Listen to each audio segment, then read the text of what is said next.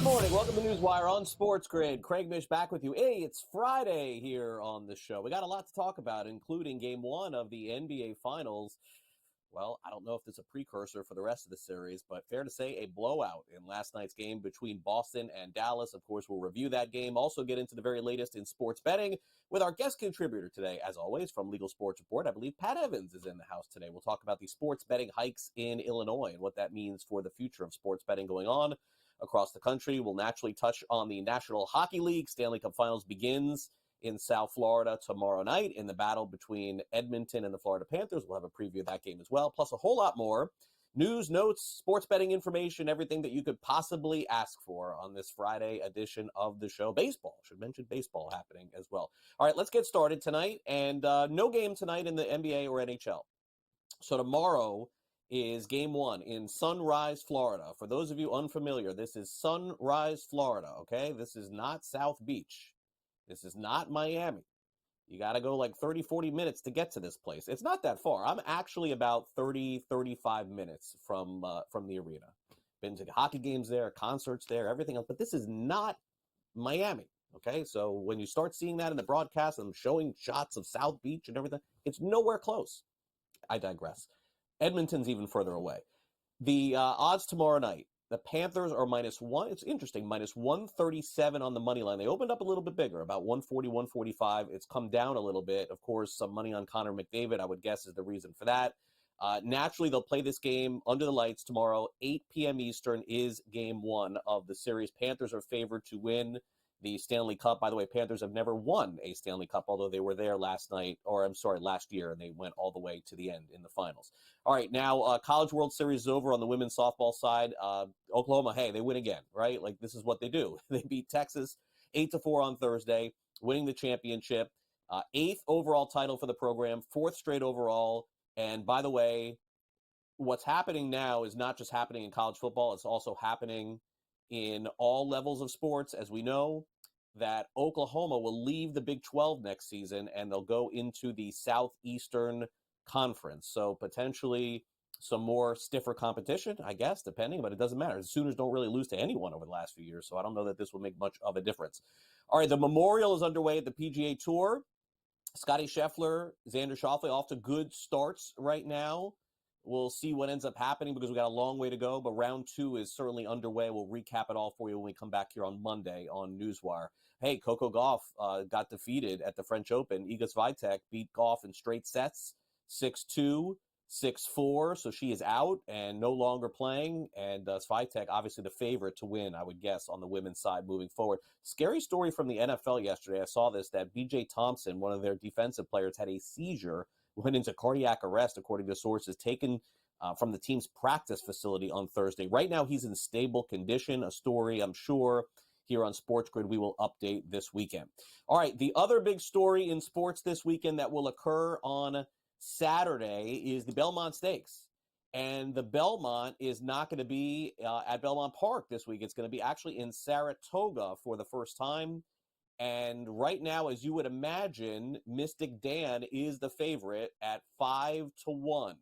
So Mystic Dan, we'll see if this horse can win another big race. Seize the Gray is 8-1. Resilience is 10-1, as you see there. Antiquarian 12-1.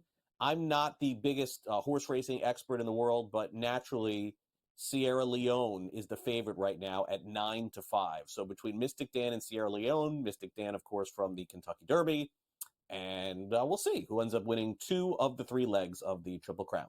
All right, in Major League Baseball, the bottom has hit officially for the Chicago White Sox. Folks, if you're a White Sox fan, I am sorry. They have lost 14 games in a row. 14 games in a row. Red Sox beat the White Sox 14-2.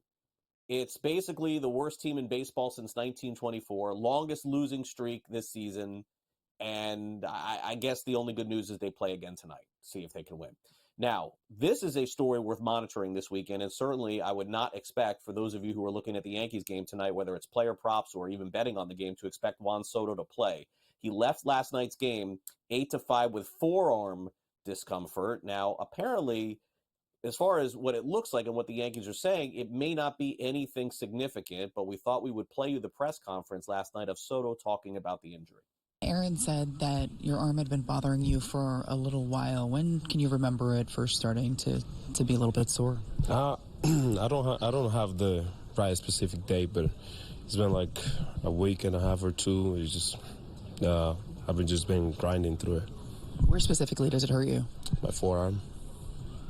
When does it hurt? Like, at what activities it hurt? Everything you do, or are there certain things where it hurts more? It's not any specific activities. It's kind of funny that it doesn't hurt me whenever I throw or hitting. It's more like soreness that I feel with any kind of move that I make with my arm, but definitely don't stop me for anything baseball wise in the field. So we'll see what the update is on Soto later today when the Yankees get ready to play. All right, the Blue Jays, they fend off the Orioles late to end up salvaging a series split against the Baltimore Orioles. And are you ready for the London series this weekend? It is back in Major League Baseball. And this weekend is the Philadelphia Phillies and New York Mets. Those are the two teams that are involved in that series. Now, as we mentioned, a blowout in the NBA last night, the first game of the finals, folks. It was a complete dud. Boston just absolutely crushing Dallas for the majority of the game, and they ended up winning by less than 20. But I mean, I believe, if I'm not mistaken, Boston led by 26 or 29 points. Luka brought them back a little bit. The big story from the game last night, was the return of Kristaps Porzingis. Some people thought he'd be the key to the series. Well, he definitely helped a lot last night. 20 points off the bench, 6 rebounds, and folks, he had 3 blocks. Porzingis talked about his performance after winning Game 1 last night. Yeah, no, at the end of the day, it's just basketball, It's okay, it's higher intensity, it's more, intricacies of the game and stuff, more focus on little details, but at the end it's just basketball, and I've been doing this for a long time, and even if I have time off, I can jump right back in, and I feel the same way, and I get to my spots and I do so, whether it's playoffs, regular season, or whatever, it's I know how to do this, and that's it, just having that confidence going out there, whatever, first round or finals, just going out there with full confidence and giving what I can to the team. Point spread has jumped for Game 2. The Celtics now up to 7, some spots 7.5-point favorites as they take on the Dallas Mavericks this weekend. Also, speaking of Porzingis coming back, Joe Mazzulla couldn't be happier to get one of his best players off the bench. Yeah, game management's going to be important. This is a great team. They have a tendency to go on great runs, and that's going to happen. And so you have to be able to manage those with poise and execution, know why those runs are being made, and quickly put a stop to them with high-level execution. So KP was a huge part of that run.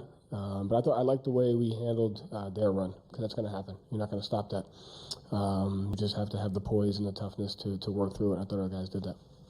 Yeah, real dominant performance from the Celtics. No other way to look at it. Some people thought maybe Dallas would catch them sleeping in Game 1. It was the Mavericks who were sleeping in Boston in Game 1. All right, the Liberty win their 5th straight game. Breanna Stewart, another huge performance, 25 points for her. They have a big showdown this weekend coming up against the Connecticut Sun. Connecticut, by the way, is 9-0 in the WNBA on this season. Unfortunately, some sad news for Delonte West. He's had some mental health issues over the years. The former NBA guard, arrested on a misdemeanor charge on Thursday, has suffered from bipolar disorder. Sad story there, of course, for Delonte West. And it looks like the Lakers are certainly closing in potentially on Dan Hurley as their next head coach, although nothing is yet official. They're going to meet with him today, and maybe a decision could potentially come in one of these off days in the NBA. I don't think they're allowed to name a new head coach on a day that the NBA has a finals game. So this could come either today or tomorrow. All right, Kyle Irving will join us next here on NewsWire. Don't go away.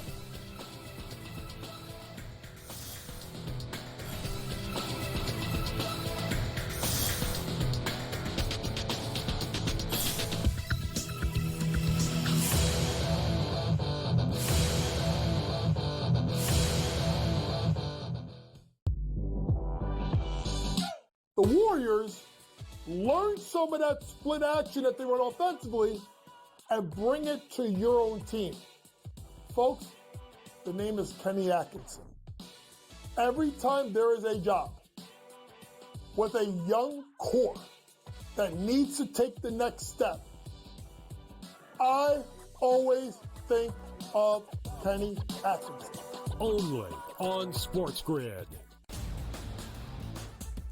8 playoff games at home for Boston in Beantown. They are 6-2 straight up. The wild card, I would say, in this game is not necessarily, well, what are we going to get out of Luka Doncic, Kyrie Irving, Brown, and certainly Tatum. It is Kristaps Porzingis to me, because we're not getting back a player that's like, hey, rotational guy. Like, remember when Derek Lively went down with an injury? He was playing well, but a young player, like a piece. The early line. Only on SportsGrid. Garrett Cole's getting ready to come back too. I guess this, look, they've played great without him, but you're not going to say to Garrett Cole, look, don't come back. I mean, it's a ridiculous conversation to have. They're not going to take any unnecessary chances. And look, they're at the point where they have a lead. They certainly are going to make the playoffs, I would say, barring some sort of complete collapse. And that's all it takes. NewsWire. Only on SportsGrid. If you're in the room, what are you doing with the Judge MVP number? Books are now 2-1, standalone favorite. What are you doing with the Judge number? What do I do with the MVP? I let them bet Judge at what? Even money? Come on in. I mean, you have to acknowledge now that he's the guy. Game time decisions. Only on SportsGrid.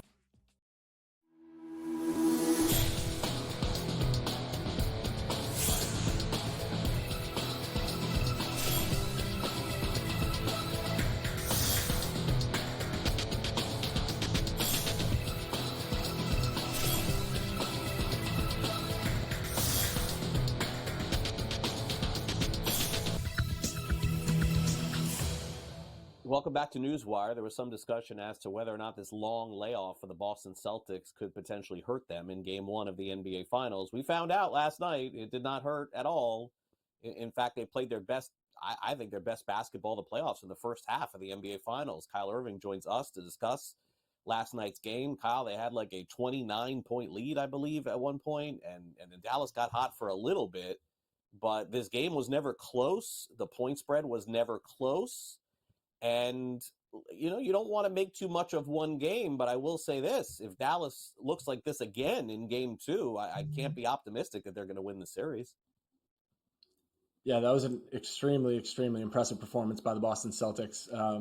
Coming out with that level of energy, and the crowd was really into it, so it's tough to kind of lay an egg like that. But, I was most impressed with the way that they responded to the Mavericks' run in the third quarter once Luka finally got it going, got a rhythm a little bit. And that's usually the moments where the Celtics would break down, allow the Mavericks to come back into this game, and then take the game all the way down to the wire. But instead, Joe Mazzulla took a timeout. They got their defense right again. Luka Doncic had to sub out of the game to make sure that he was ready to go for the fourth quarter. And the Celtics were able to put it at a comfortable lead to the point that they didn't have to worry about it in the fourth quarter. Kristaps Porzingis' return could not have gone better than it did. He dominated on both ends of the floor, showed why he is such a mismatch on the offensive end and a massive difference maker for Boston. And then on the defensive end, he really shut off those lobs that Dallas has been getting all playoffs. So, the way that the Celtics played in Game 1, that is the best level of Boston Celtics basketball that you could probably see, aside from, maybe getting a little bit more in the scoring department from Jason Tatum. But, the Mavericks have a lot of work to do in the adjustments if they're going to get back in the series. Yeah, and again, the odds makers have responded, Kyle, and I wonder how you feel about this, because, I mean, I guess if you want to take Boston, you better do it now, because there's definitely some juice on this -7, and I'm seeing some 7.5, and that's the right call in terms of making the line. I think you have to protect yourself a little bit. The total is about the same, 214. So, Kyle, what does Dallas have to do to at least just keep the game close? It's funny. It's like I think back a week ago or a week and a half ago, and Indiana played very well against the Boston Celtics. They just didn't win any games. It was really hard for them to win games against them, but they played very well. At least can Dallas keep a game close? I do think so. And I actually kind of like them to cover +7, just because the Celtics have had a history of a little bit of a letdown in Game 2. They did against Miami and Cleveland. And Dallas lost Game 1s to the Clippers and OKC. the adjustments are going to be a little bit tougher because the Celtics do feel like they have Dallas outmatched, at least after that first game. But at the same time, they got the worst game of the playoffs by Derek Lively. He looked completely lost out there. Kyrie Irving didn't hit a single 3-point shot. Boston did a great job defending him. Drew Holiday was hounding him all night, but I don't expect Kyrie to go 0 from 3 the entire series. Yeah. They did a good job of shutting off Luka Doncic as a playmaker. They let him get his points, but they did a really good job making sure the other guys didn't beat him. They flushed guys like PJ Washington and Derek Jones Jr. out of the corner where they're so comfortable knocking down threes all playoffs so far. So I expect Dallas to make some adjustments in that department to get guys in easier positions to score. And as long as Derek Lively can stay out of foul trouble and give them more than anything that he gave them last night, I do expect Dallas to make this a closer game in game 2. Yeah, I think so. I think that's fair. I mean, you would expect, most people thought Dallas had a chance to win the series, but again, now the odds maker is significantly tilted with the Boston Celtics. All right, so the other piece of news that we could be getting over the weekend is an announcement on a new head coach for the Los Angeles Lakers. A few weeks ago, we had heard that J.J. Redick was one of the favorites to become the next head coach. And then all of a sudden, we get this report yesterday that Dan Hurley is potentially the next head coach of the Lakers. Now, I found interesting, and I don't know if this has to do, Kyle, with the fact that yesterday there was a game in the NBA, and I know how sports works. The commissioner's office usually frowns on anything happening outside of the teams playing in the championship or the finals. They don't want any news. So maybe we could get that over the next couple of days. But there are also some sources I'm seeing out there that are saying that this is not a done deal with Dan Hurley. What do you make of all of this? Yeah, it was really interesting to, go into the preview of the NBA Finals, and there's so much talk about the Lakers and their head coaching hire and, things that are taking away from the game. You're not used to seeing that on the day of game 1. But, this is a crazy turn. A lot of people, there were reports out there that it was close to a done deal with J.J. Redick. It felt like that was the writing on the wall. And now all of a sudden the Lakers are zeroing in on, Dan Hurley is their number one target. And it's an interesting fit because he's such an intense coach. There's no denying that the X's and O's are there. He's one of the smartest, most well-respected minds in basketball right now. But to me, it's an interesting hire for the Lakers where, the J.J. Redick side of things, who, again, brilliant basketball mind, but feels like he understands, how to navigate personalities in the NBA a little bit more. He had a 15-year playing career. He already has a relationship with a lot of guys in the league. He does his research big time on the entire personnel of the NBA. So, it's kind of two opposite hires for the Lakers, but, Dan Hurley has all the experience. He's one of the most desired coaches in the sport right now, coming off of back-to-back national championships with UConn. And if he's going to be willing to accept the job, I don't understand why the Lakers wouldn't go in that direction. But at the same time, this is just my gut. I have a hard time believing that he's going to leave the situation that he's in at UConn. So I'm very curious to hear the news that we have coming out of the meeting with the Lakers today. Yeah, we have so much information and data on coaches, Kyle, that leave college and go to the pros that have had so much success. And generally speaking, there's not a ton that succeed at that level. I think some of the more prominent ones, and I mentioned this on the show yesterday, was Rick Pitino going to the Celtics and John Calipari going to the Nets. I mean, I suppose it's very possible that he could succeed, but the other part of this, Kyle, is that if he chose to leave and go to the Lakers and things went sideways in a year or two, couldn't he just go right back to the college game? Absolutely. I mean, there's always going to be a place for him in the college game. Brad Stevens is another name that comes to mind as someone who has some success. Billy Donovan is still in the NBA. Then there are other examples like John Beilein, who was a disaster with the Cavs after, a dominant run at Michigan. So, I don't know where Dan Hurley falls on the line of those coaches because I really, really respect his basketball mind and how smart he is with the X's and O's. I do think that, he could manage the personalities in the NBA, but it's a very unique team with the Lakers, given the star power they have with LeBron James and Anthony Davis. So, this is going to be one of the most interesting, news stories that we have going into the weekend, especially with a 2-day break before the NBA Finals. So, I expect the Lakers to have a decision somewhat soon. Yeah, makes sense. All right, Kyle, great to catch up with you. Enjoy game 2. We'll catch up again next week. Thanks for having me, Craig. All right, coming up next is SportsGrid Sound Off. We'll have a preview of the Belmont.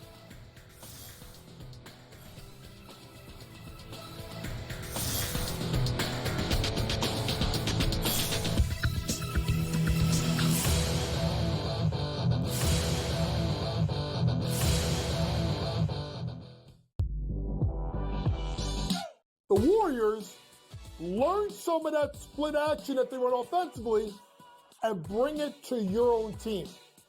Folks, the name is Kenny Atkinson. Every time there is a job with a young core that needs to take the next step, I always think of Kenny Atkinson. Only on SportsGrid.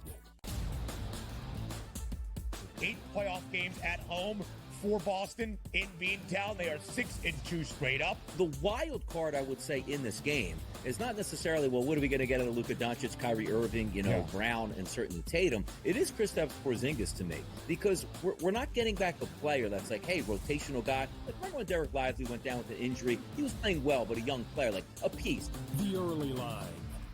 Only on SportsGrid. Garrett Cole's getting ready to come back too. I guess this, look, they've played great without him, but you're not going to say to Garrett Cole, look, don't come back. I mean, it's a ridiculous conversation to have. They're not going to take any unnecessary chances. And look, they're at the point where they have a lead. They certainly are going to make the playoffs, I would say, barring some sort of complete collapse. And that's all it takes. NewsWire. Only on SportsGrid. If you're in the room, what are you doing with the Judge MVP number? Books are now 2-1, standalone favorite. What are you doing with the Judge number? What do I do with the MVP? I let them bet Judge at what? Even money? Come on in. I mean, you have to acknowledge now that he's the guy. Game time decisions. Only on SportsGrid.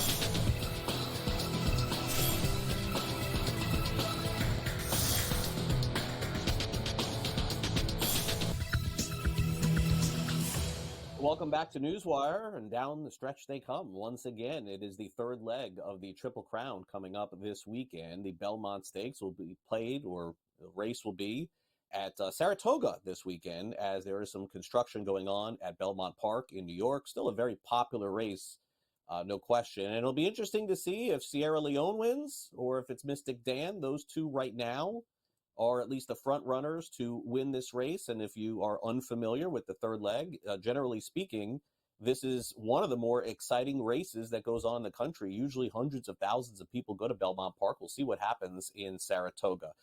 Now on Coast to Coast yesterday, they did a full preview of the race. Craig Milkowski was on Coast to Coast talking about who could potentially win and gave us a good handicap as to which direction you may want to go. That 6 horse and the 8 horse, you got Dornoch and the Marie horse, Honor Marie. They like to bolt fast, don't they? And on this shorter track, will that aid and abet them?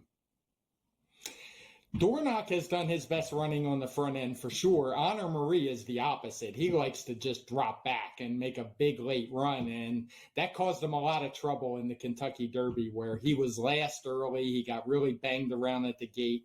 Just had a nightmare trip, and he's a horse I actually think is going to run a lot better in here. I think you can just draw a line through that race if you're looking at his past performances, because he had no shot there. He should get some pace in front of him this time, but he'll be back there with Sierra Leone. They both have very similar running styles. All right, Coast to Coast later this afternoon, more previews of the race and, of course, of the NHL and NBA as well. Maybe a little exacta with Mystic Dan and Sierra Leone. Maybe that could be the direction to go. But naturally, this will race tomorrow, approximately 7 p.m. Eastern, if I'm not mistaken, 6:50, somewhere along those lines. So we will have that race covered for you tomorrow on our Game Time Decisions and in-game live shows. That's tomorrow exclusively here on SportsGrid. Well, naturally, the NBA is also in full focus because of the NBA Finals. And it appears as though we have about a 48-hour window to find out whether or not the Lakers are going to hire their next head coach and who it will potentially be. The rumors were J.J. Redick was a front runner. This goes back about a week and a half ago. And then all of a sudden we get the report from ESPN that Dan Hurley is the next target of the Lakers as well. Now, Hurley, very successful with his run at the University of Connecticut, So we thought we would peak the conversation with our very own Kevin Walsh to find out what he thinks about this potential hire. Huge breaking news in the basketball world took social media by storm. People stunned as Adrian Wojnarowski of ESPN reported that Dan Hurley, the back-to-back head coach of the defending national champion UConn Huskies, could become the next head coach of the Los Angeles Lakers. It fed into the Woj-Shams beef because the other day, Shams Charania of The Athletic basically made it clear that J.J. Redick was going to be the next Lakers head coach. A lot of confusion, but Lakers fans are excited. Hurley would be a huge hire, and the idea is he could potentially become the face of that organization. It might cost them a LeBron, but it could be a price they are willing to pay. As far as UConn goes, it would be a huge blow to lose Hurley. They already lost so many key guys from last season. Currently co-favorites to win next year's title would see that price plummet. Craig, back to you. Thanks, Kevin. Interesting note I think that Kevin brought up is that the hire of Hurley could potentially lose a LeBron. Imagine saying that over the last 20 years. It would have really had an impact. But now I think that the way the Lakers have to look at it, and I'm glad Kevin brought it up, is that even if you lose LeBron, what are you losing him for? Again, no disrespect to LeBron, but is he playing 1 more year? Is he playing 2 more years? And if you have a chance to hire that kind of coach, I think you do it. All right, now let's hear from Jason Kidd, the Hall of Famer and head coach of the Dallas Mavericks. A very disappointing result in Game 1 for their team, getting blown out. He talked about some of the things they have to do better on Sunday night. Yeah, we did cut it to 8 and got the rebound. Unfortunately, came up with a travel. A lot of good things in that third and fourth that we can build on. That's what we talked about after the game, and that's what we have to do. We came out and won the third. I had a great opportunity to cut into that lead. Unfortunately, they go on a run once we cut it to 8. But then, we won the fourth. So there are 2 positive things that we can take from this 4 quarters. We got to be better in the first. They took advantage of that. They knocked down threes. But, the big thing is we have to be better as a team, offensively and defensively. And I think right now the idea for Jason Kidd is just getting them back to being competitive in the next game. We'll be right back with more NewsWire on SportsGrid right after the break.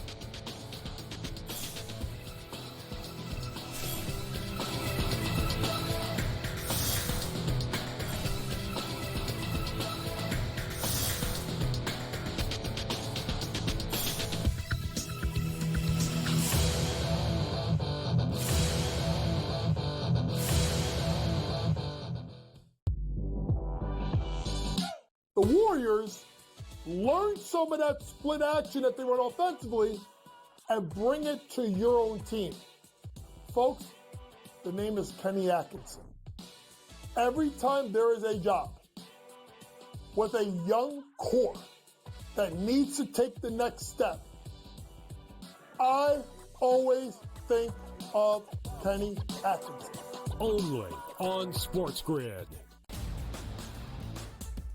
8 playoff games at home for Boston in Beantown. They are 6-2 straight up. The wild card, I would say, in this game is not necessarily, well, what are we going to get out of Luka Doncic, Kyrie Irving, Brown, and certainly Tatum. It is Kristaps Porzingis to me, because we're not getting back a player that's like, hey, rotational guy. Like, remember when Derek Lively went down with an injury? He was playing well, but a young player, like a piece. The early line. Only on SportsGrid. Garrett Cole is getting ready to come back too. I guess look, they've played great without him, but you're not going to say to Garrett Cole, look, don't come back. I mean, it's a ridiculous conversation to have. They're not going to take any unnecessary chances. And look, they're at the point where they have a lead. They certainly are going to make the playoffs, I would say, barring some sort of complete collapse. And that's all it takes. NewsWire. Only on SportsGrid. If you're in the room, what are you doing with the Judge MVP number? Books are now 2-1, standalone favorite. What are you doing with the Judge number? What do I do with the MVP? I let them bet Judge at what? Even money? Come on in. I mean, you have to acknowledge now that he's the guy. Game time decisions. Only on SportsGrid.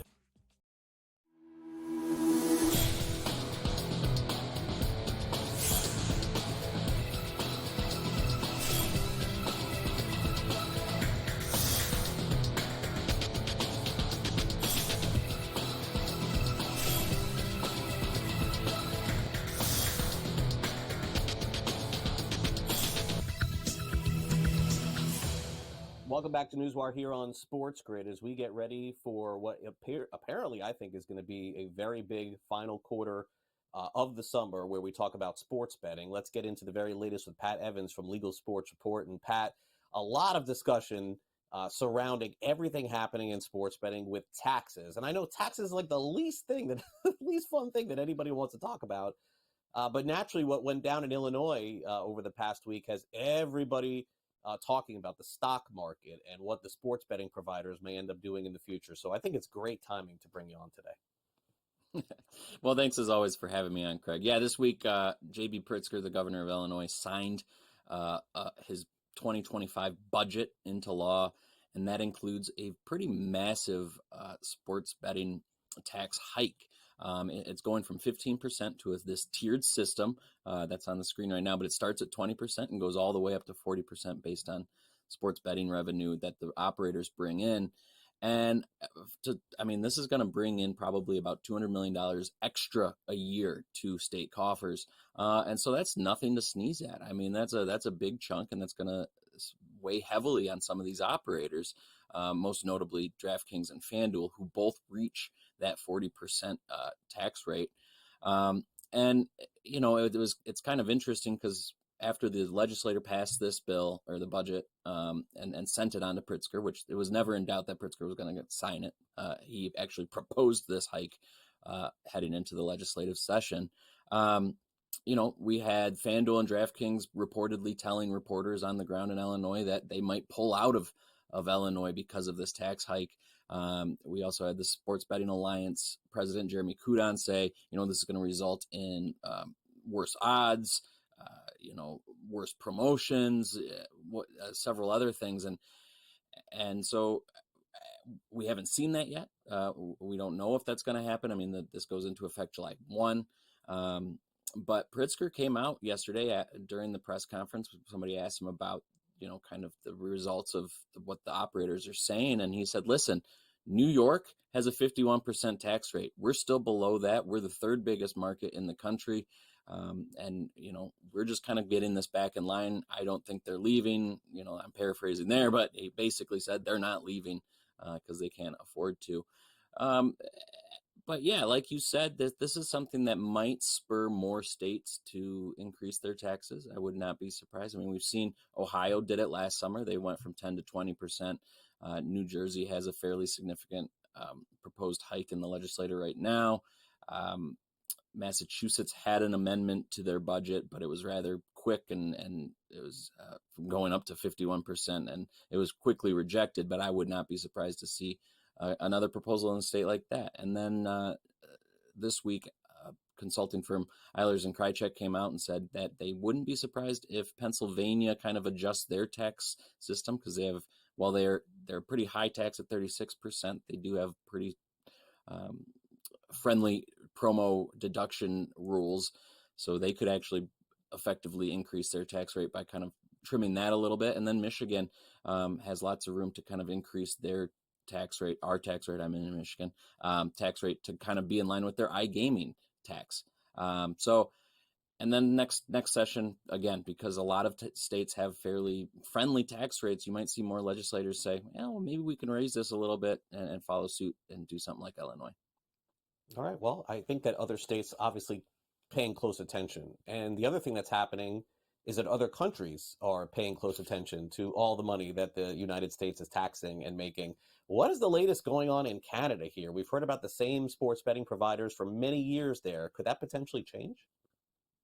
Yeah, so Ontario, if you follow Canadian sports betting at all, which a lot of Americans probably don't, Ontario is the only commercial option right now. Like they have almost 50 operators, and that happened in 2022 after a law in 2021 that opened up single event sports wagering in Canada.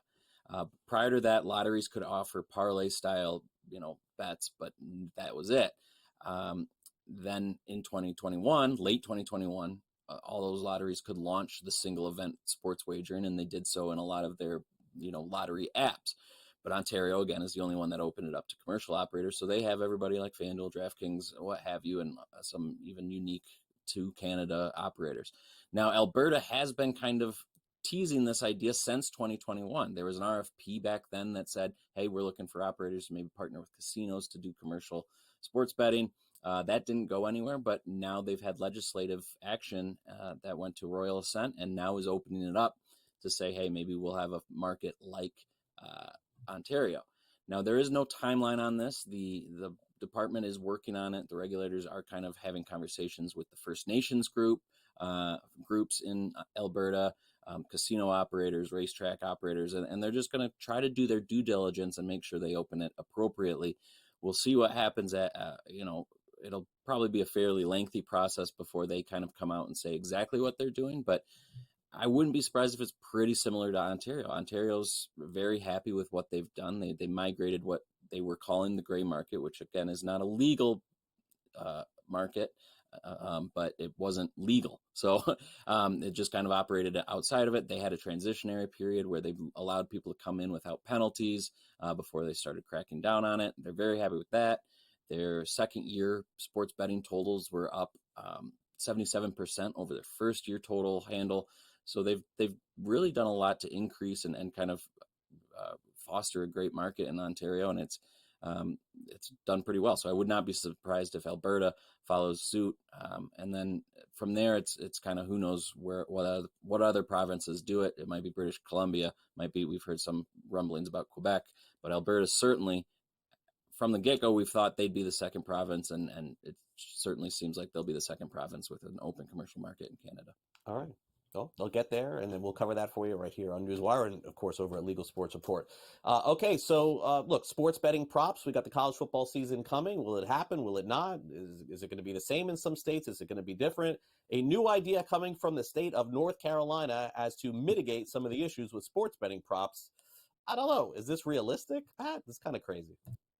Yeah, so there's a bill in North Carolina that is, proposing a college sports college players prop bet ban, and I talked to a sponsor last week. They said we know there's not appetite for this from the Republican side of thing and the sponsors that led the sports betting charge in North Carolina.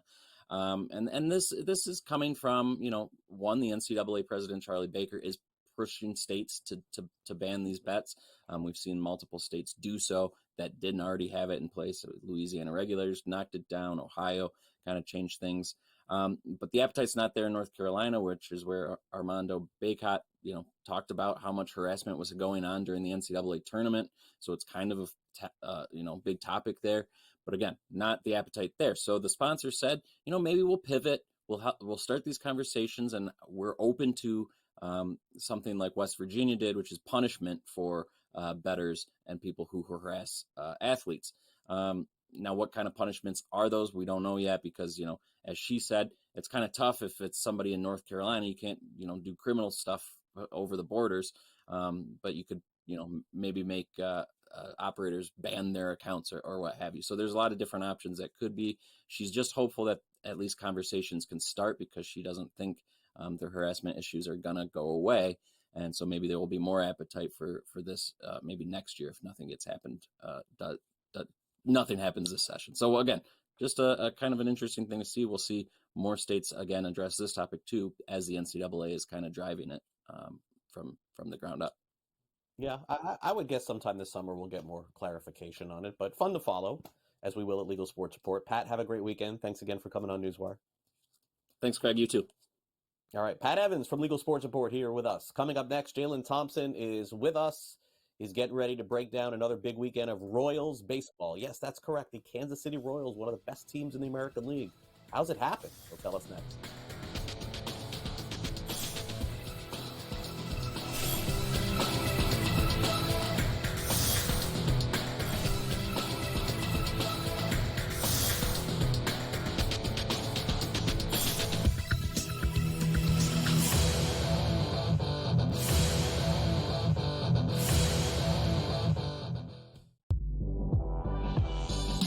The Warriors learn some of that split action that they run offensively and bring it to your own team.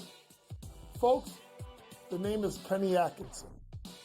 Every time there is a job with a young core that needs to take the next step, I always think of Kenny Atkinson. Only on SportsGrid. 8 playoff games at home for Boston in Beantown. They are 6-2 straight up. The wild card, I would say, in this game is not necessarily, well, what are we going to get out of Luka Doncic, Kyrie Irving, Brown, and certainly Tatum. It is Kristaps Porzingis to me, because we're not getting back a player that's like, hey, rotational guy. Like, remember when Derek Lively went down with an injury? He was playing well, but a young player, like a piece. The early line. Only on SportsGrid.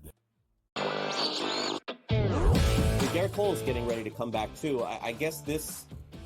Look, they've played great without him, but you're not going to say to Garrett Cole, "Look, don't come back." I mean, it's a ridiculous conversation to have. They're not going to take any unnecessary chances.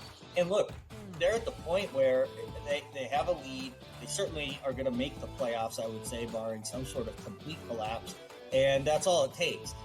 NewsWire. Only on SportsGrid. If you're in the room, what are you doing with the Judge MVP number?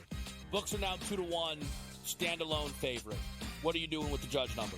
What do I do with the MVP? I let them bet Judge at what? Even money?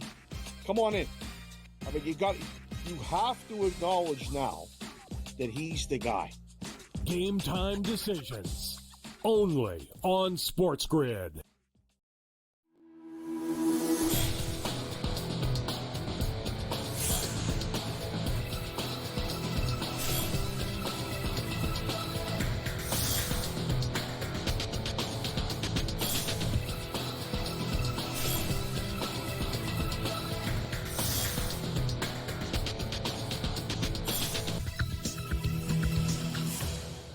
Welcome back to NewsWire here on SportsGrid. One of the best stories in baseball this season has been the rise of the Kansas City Royals. I mean, the division of the American League Central at the beginning of the season, if you would have looked at it, you would have said, all right, I mean, they probably have a few teams that could be fun, but not this much fun. I mean, Cleveland and Kansas City have been driving the bus here. Jalen Thompson from the Kansas City Star covers the Royals each and every day. And Jalen, back in spring training, I mean, we talked about maybe the Royals being a little bit more competitive, but not to this degree. Thanks again for coming back on the show. It's been, I'm sure, fun to cover a winning team every day. Yeah, happy to be here. Thanks for inviting me on, Craig. And the Royals definitely have turned it around in the first half of the 2024 season. I mean, I don't think anyone would have expected them to be this good where they are right now, 60-plus games in. When you look at this team, it's really a lot about the veterans that have come in and really shifted the culture, the clubhouse. I remember starting last year. Remember, that was my first year on the beat, and it was just a young clubhouse. They were learning how to follow through in MLB, win games, figure out how to be a professional each and every day. Now, those guys are still learning that, but they have veterans that are guiding them along the way. Look at Seth Lugo, Michael Wacha. They've come in and they've helped solidify that pitching staff. And then you look at a guy like Will Smith in the bullpen, as well as Hunter Renfroe and others on the offensive side. So it's all coming together as a collective, and that's what you're seeing on the field. Yeah, we are. And the Royals 37-26 on the season. But it's interesting if you look at the division odds, Jalen. And again, just from an odds perspective, it's sort of fascinating to see the Royals there sitting at plus 360 because the division itself has been really good. Cleveland, Kansas City, and Minnesota all very much in it. Detroit, by the way, not so bad either. The White Sox are horrible. It's just, you don't have to say it. I'll say it for you, Jim. I mean, it's, any team that plays them, they're getting free wins right now. They lost like 14 games in a row. How do you stack up the division? Do you think 3 teams are going to make it? It depends really on what the Royals and what the Twins do this upcoming stretch of games they have through the end of June and into July. I think for the Royals' perspective, it's going to be tough because you have to go through the Seattle Mariners, you have to go through the New York Yankees and the Los Angeles Dodgers in this next 11-game stretch they have pretty much coming up. And, when you look at what the Royals are doing right now, they have the capability to be a postseason team. They just have to prove it against teams that have a winning record. Same with the Twins. And if you go back and watch the Twins and World Series from a couple weeks ago, you saw that, they both battle really hard. And the Twins took 3 out of 4, but the Royals show they can be competitive, fighting to the last out in the 9th inning. So I think both of those teams are going to be the key to see if they're going to be 3 teams from the American League Central that will make the playoffs this year. Yeah, I think so too. I mean, the race is going to be so much fun in September. And to see, by the way, Cleveland maybe a buyer, Kansas City at the buyer. I mean, you just don't see that at the trade deadline. Right now, to win 90-plus games, the Royals are plus 182. To make the playoffs, they're favored to make it, Jalen, at minus 138. So I think all of that certainly looks good. What would you say has to happen between now and the end of the year for the Royals just to simply make the playoffs? Not asking for anything more at this point. Yeah. They have to get more production out of their outfield.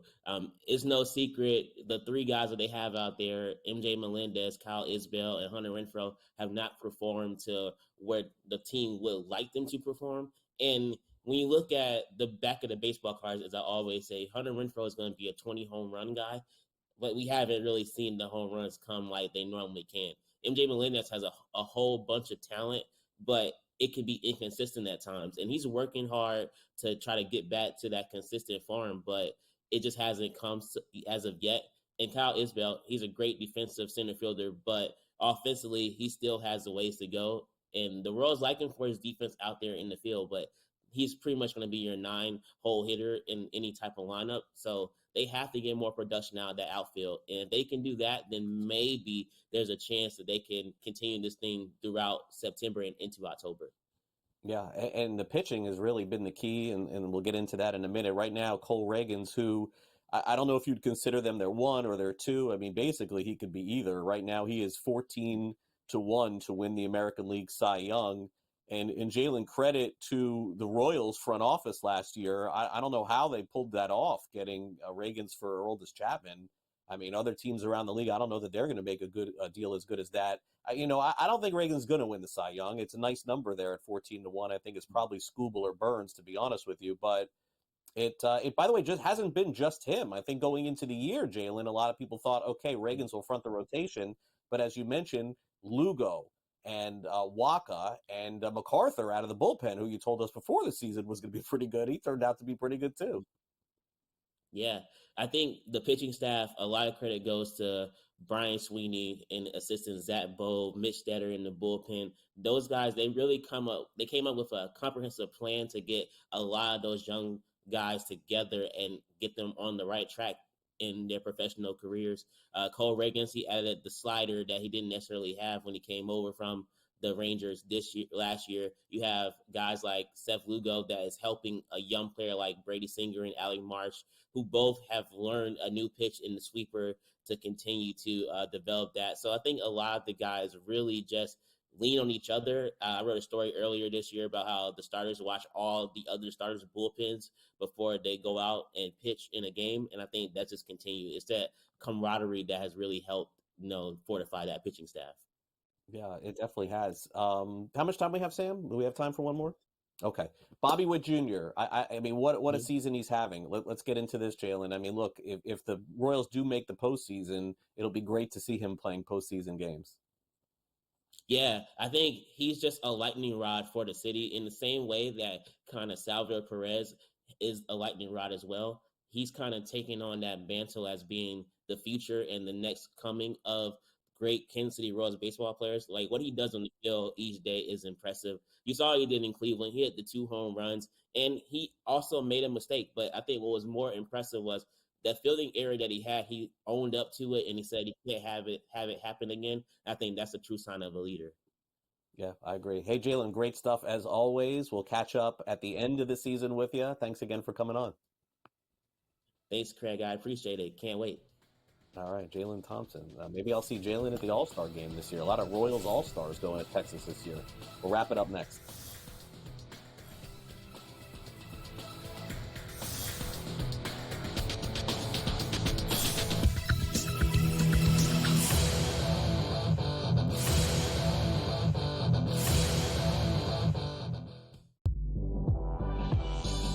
The Warriors learn some of that split action that they run offensively and bring it to your own team. Folks, the name is Kenny Atkinson. Every time there is a job with a young core that needs to take the next step, I always think of Kenny Atkinson. Only on SportsGrid. 8 playoff games at home for Boston in Beantown. They are 6-2 straight up. The wild card, I would say, in this game is not necessarily, well, what are we going to get out of Luka Doncic, Kyrie Irving, Brown, and certainly Tatum. It is Kristaps Porzingis to me, because we're not getting back a player that's like, hey, rotational guy. Like, remember when Derek Lively went down with an injury? He was playing well, but a young player, like a piece. The early line. Only on SportsGrid. Garrett Cole's getting ready to come back too. I guess this, look, they've played great without him, but you're not going to say to Garrett Cole, look, don't come back. I mean, it's a ridiculous conversation to have. They're not going to take any unnecessary chances. And look, they're at the point where they have a lead. They certainly are going to make the playoffs, I would say, barring some sort of complete collapse. And that's all it takes. NewsWire. Only on SportsGrid. If you're in the room, what are you doing with the Judge MVP number? Books are now 2-1, standalone favorite. What are you doing with the Judge number? What do I do with the MVP? I let them bet Judge at what? Even money? Come on in. I mean, you have to acknowledge now that he's the guy. Game time decisions. Only on SportsGrid.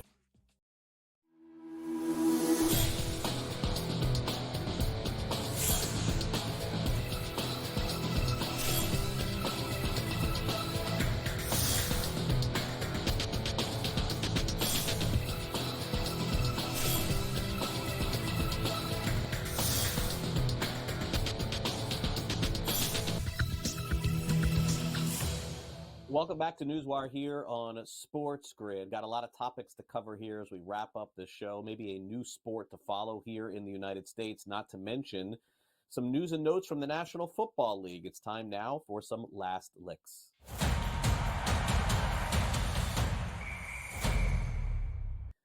We start with a victory over Pakistan. Was that something that you predicted that I would say here on this show?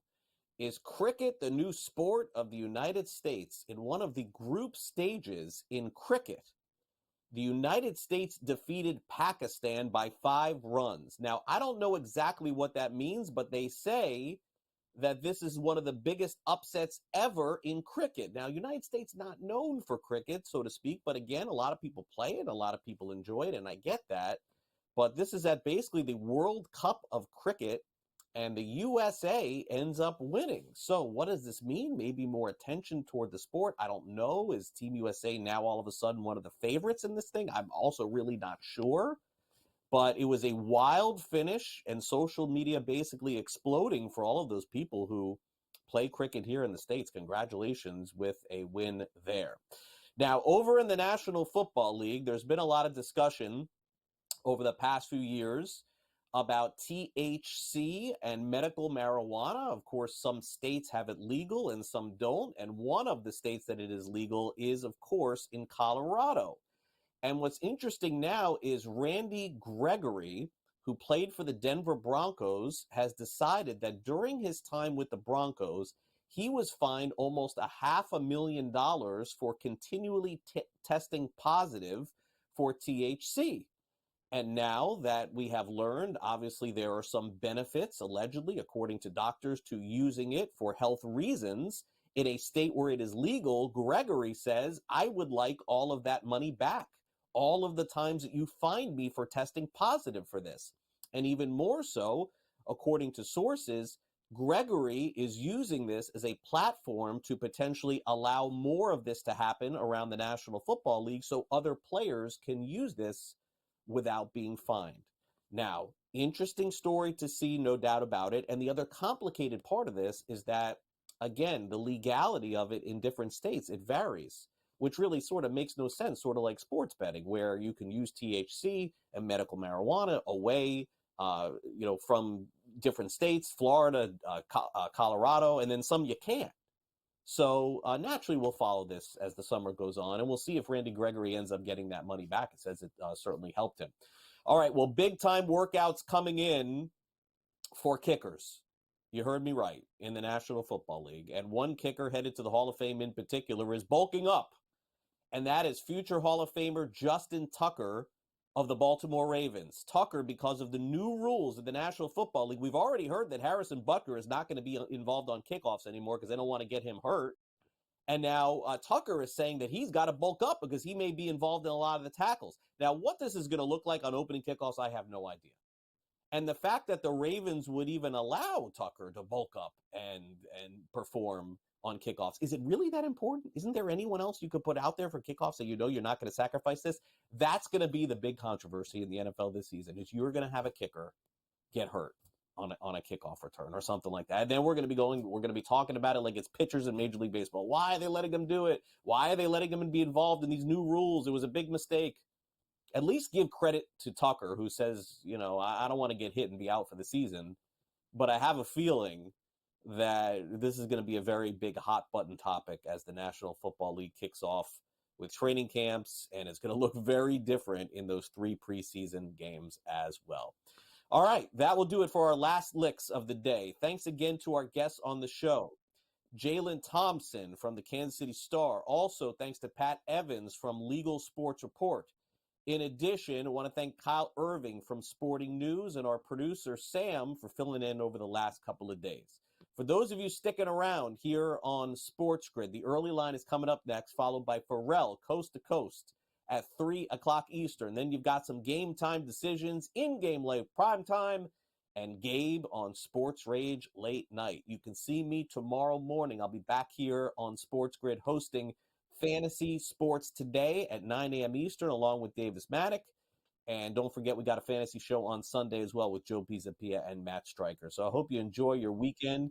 I'll see you back here Monday morning for our next edition of NewsWire, recapping Game 2 of the NBA Finals and Game 1 of the Stanley Cup Finals as well. Until then, have a great weekend.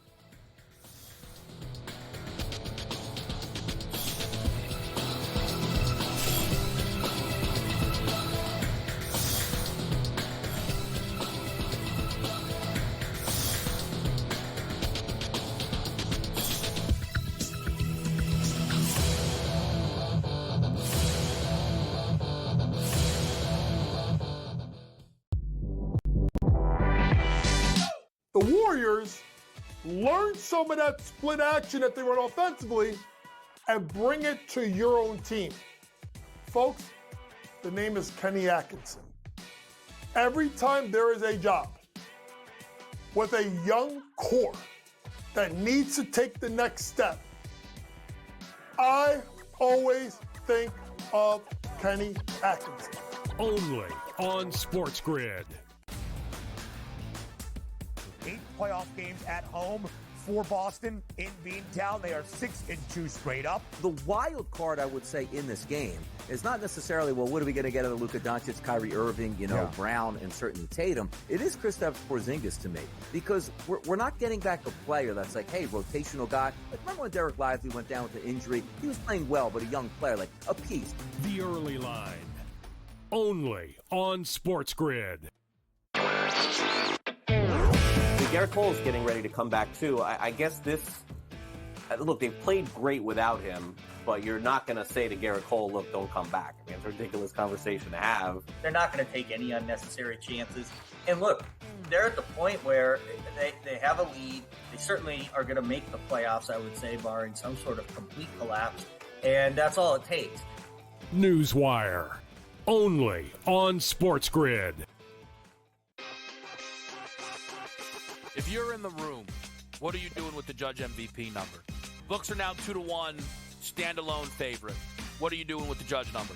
What do I do with the MVP? I let them bet Judge at what? Even money? Come on in. I mean, you have to acknowledge now that he's the guy. Game time decisions. Only on SportsGrid.